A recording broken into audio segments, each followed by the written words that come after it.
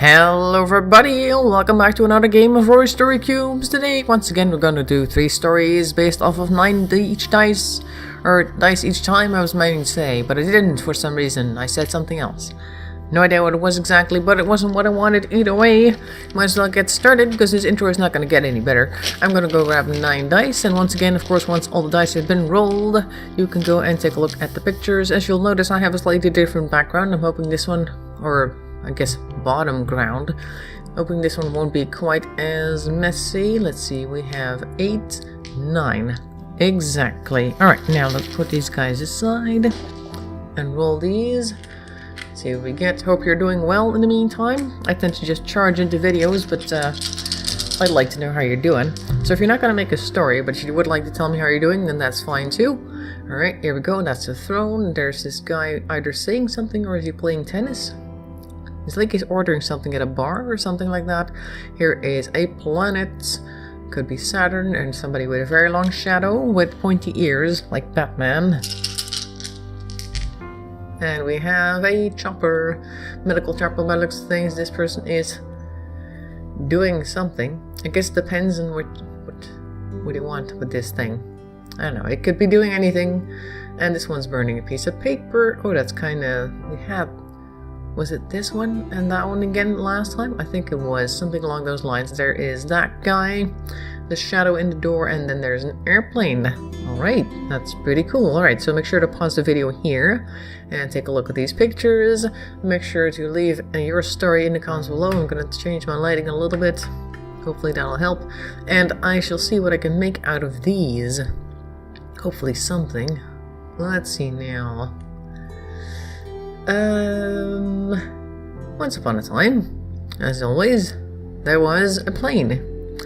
And on this plane, there was a guy who wanted some service, because he was sitting around there waiting for his peanuts and his drink, and it took a long time for the air hostess. What are they called these times? Flight attendants? They change their names occasionally. Anyway, flight attendants to attend to his needs, which he thought was a little bit annoying. But after waiting for his peanuts to arrive, he noticed that the airplane was shaking a little bit too much. And as a matter of fact, it turned out that it was going down, and everybody around him started to panic. And he was like, okay, I need to do something. Okay, get to the exit. So he went for the nearest door, and he stood in it for a while after he was done removing it, as he had seen the flight attendant demonstrate, of course, before taking off, because you always need to make sure to take a look at those demonstrations. And he was standing there on the edge, just staring down into oblivion, because it was nighttime. As you can see, the light came shining in from behind him. He was standing there, and everybody else behind him was panicking. He's like, okay, I'm not sure if there's ocean here, but I'm gonna chance that there is, because I'm pretty sure I'd rather drown than die in a giant ball of fire. No idea why. These things might happen. No idea. Either way, he was in a panic, and he jumped out. And he fell for a long time. And he kind of lost consciousness. And then when he woke up, he was floating around. I guess I could say that like this. I don't know. He's floating around, and he found a tree, so he managed to hang on to that. And he drifted to a nearby, I was going to say planet, because I see a planet, but I mean an island. As always, or at least a coast, a very large coast. It could be an island. He thought it looked tropical. He wasn't sure where he was. He wasn't very good at GeoGuessr, so he had no idea where he was in the world right now, what the color sand meant, and all that sort of thing. So he kind of waited around there for people to show up and help him out, but he wasn't sure when that was going to happen. He would look through the skies to see any of these choppers, rescue helicopters. Maybe they were looking for him, and also he didn't recall seeing any flames or large plumes of smoke on the horizon or anywhere nearby. So the airplane, which crashed, probably didn't even really know if it crashed, but he figured it had crashed because it really looked like it was going to. Wasn't crashed nearby, so whoever was on the plane with him probably wasn't going to be nearby either. And so he wouldn't get his peanuts after all, sadly. Well, he wandered the island for a while, and he would occasionally find some things to burn to make a little fireplace and all that sort of thing. And because it was getting kind of cold, and the night was full of terrors, as they say, winter was coming, but he didn't know that. And in the night sky, he found it very odd that he could see planets, which he normally couldn't. It was a fairly unusual planet. This planet actually moved closer, and eventually, as he sat there mesmerized, it started hovering above him like a just gigantic sphere. It was no longer a planet, of course, because it was coming way too close for that. It was hovering above the island that he was sitting on, and the bottom of the sphere like opened up and lit up, and this tractor beam came out and captured him and kind of pulled him up into the aircraft like that. There he goes, up into the aircraft, and then they were out really in space. And he didn't see much, but it was like a very hollow area. There were lights everywhere, but there's nothing like interior decoration or no obstacles or anything, just a door in the distance. So he went for the door, and he came to another gigantic spherical room, but this one had a large throne over there. And he's like, okay, this is interesting. I don't see anybody, but let's go take a little closer look. And so he did, and once he got close, he made sure to call out to see if anybody would react, because apparently someone had stopped by to tractor beam him on board, so they must have had some ideas what to do with him. And he heard a voice in his head, although he didn't see anybody, telling him that he was going to be fine and he was going to get dropped off somewhere where he would be found by the helicopters and he wouldn't need to worry.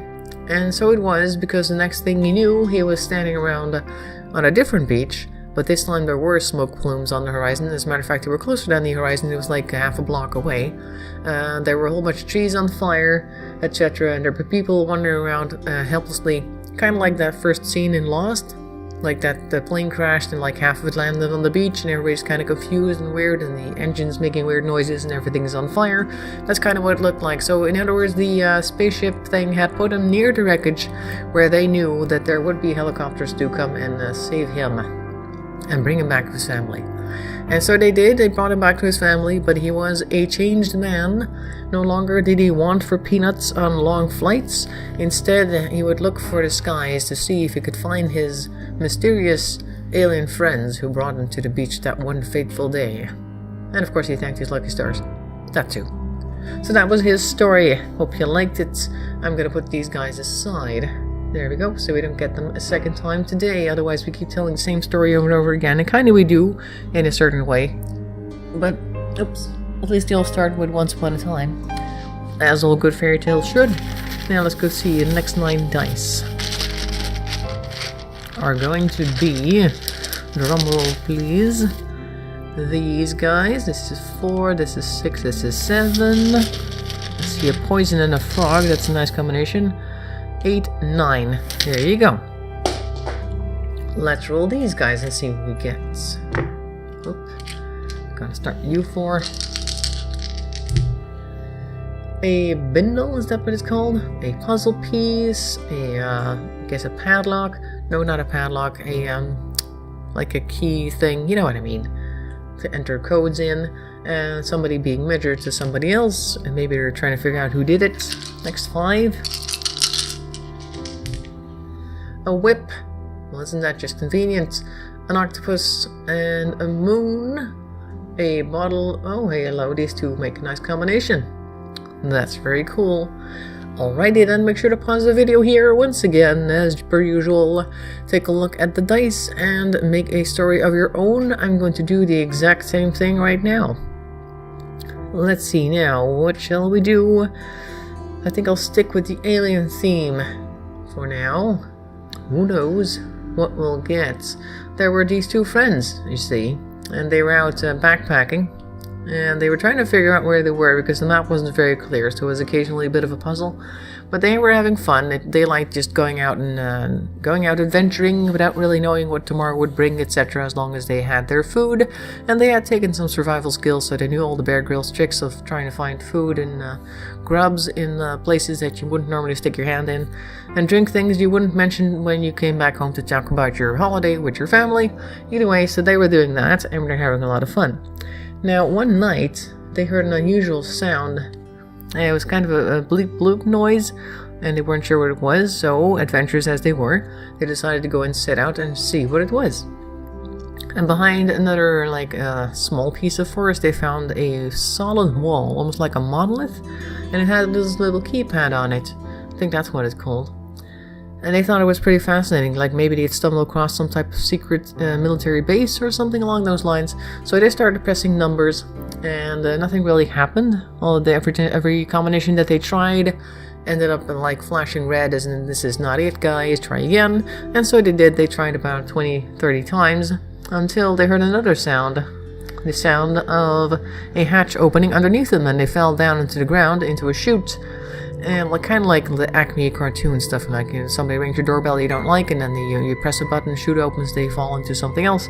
They don't have to worry about Jehovah's Witnesses anymore. Now, anyway, so they fell down a chute, and when they came to, they found that there was this weird octopus creature looking at them, and it was holding a whip.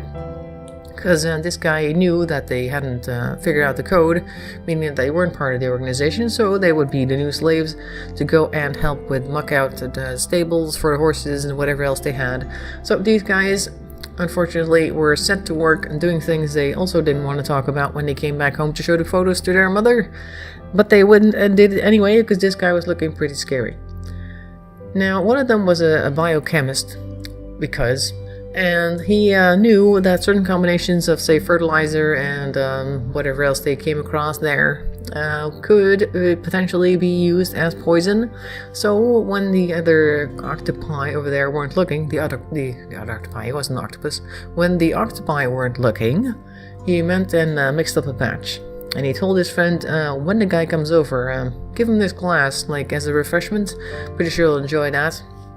You might think that you're trying to win some favor and just pretend that you are, that'll help. So yeah, the octopus came over, and he's like the other one, hey, I got this drink here for you, but you like that? I mean, you look a little bit parched.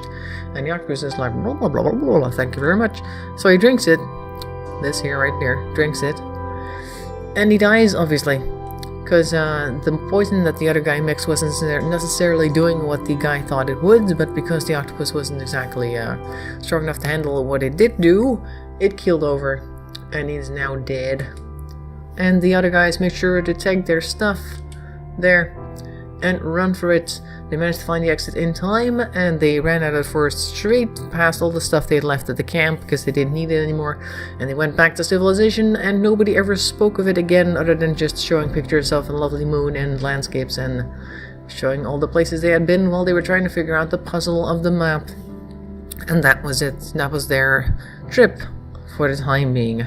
Alright, so I hope you enjoyed that as well. We're going to put these dice aside once again because I don't want them to come up a second time during our video. Alright, so that was story number 2. Now for the next 9 dice, let's go see which ones they are. This is 2, this is 4, oops, 6, 7, 8, exactly 9. Very good, and now let's go roll these and take a look what we've got and what we can make of it. Have I had this one before? Oh yeah, I've had that one before. Just looking at one off camera, sorry. Hopefully it'll reappear on camera soon. Nope, it didn't. Okay, here's the guy on the rainbow, I think. Tasting it, maybe. Here's a house. Here's a cage. And here's a guy behind a cloak with a top hat. And let's take a look what these 5 give us. Kind of didn't roll them, did I? Just kind of put them down. There, that's more like it. Okay, so here is a tiger, Tony the Tiger. Here's a space station city, an amoeba, or in fact bacteria, or whatever. This looks like the blobby space princess, maybe evolved from that. And this person is apparently sick. So make sure to pause the video once again and take a look at these 9 dice. Make your own story, leave it in the comments section below. And then I'm gonna take a look what I can make out of these. Let's see now. There was once a city up in the sky.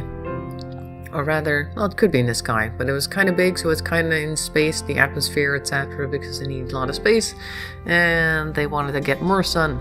So they had a very special city built that kind of floated halfway between the atmosphere and space, and it had, it needed air, so it had a connection to the atmosphere. That's what these things down here are all about. And it wanted space, so it would be almost weightless. And so they got the best of both, wouldn't say worlds, but regions, I guess. Anyway, inside that place was a house of a guy It was fairly mysterious. There he is. He owned a pet tiger. He had brought it with him from Earth because he liked pet tigers. He did keep it on a leash, a very strong chain, so he wouldn't go out and attack other people. But of course, occasionally at night it would have to go into a cage to make sure that it wouldn't roam around freely while its master slept.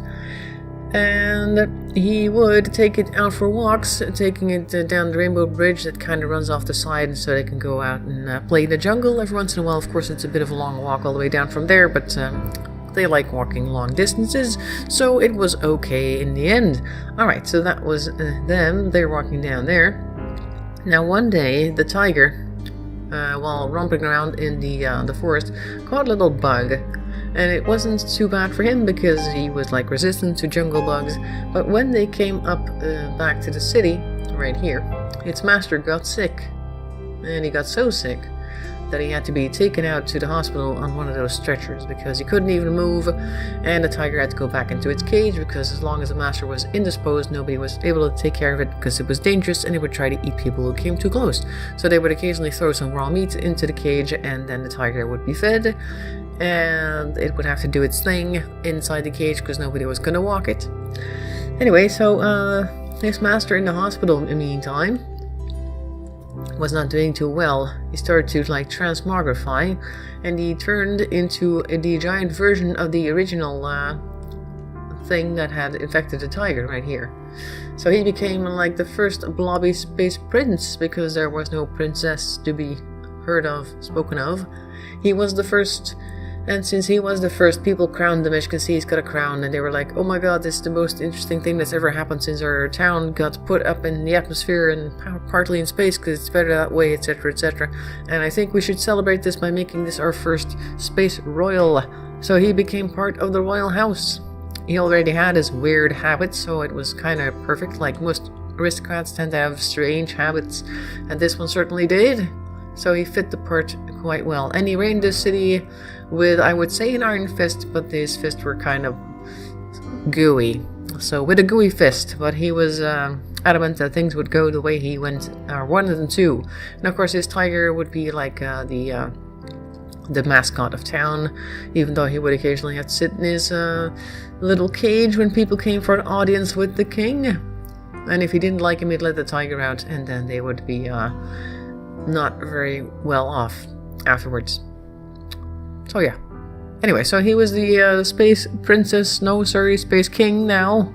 He didn't have a queen yet, but that was soon taken care of. And then they had a space royalty family going on. And don't ask me how that works with a regular human and a blob, how that procreates. You don't want to know, but if you've ever seen any hentai, I'm pretty sure you can imagine it. Either way, so that was them. Interesting story to end with. Hope you liked it. Make sure to leave your stories in the comments below. I would like to read them. I'm going to say thanks for watching, and I'll see you next time, and bye-bye for now.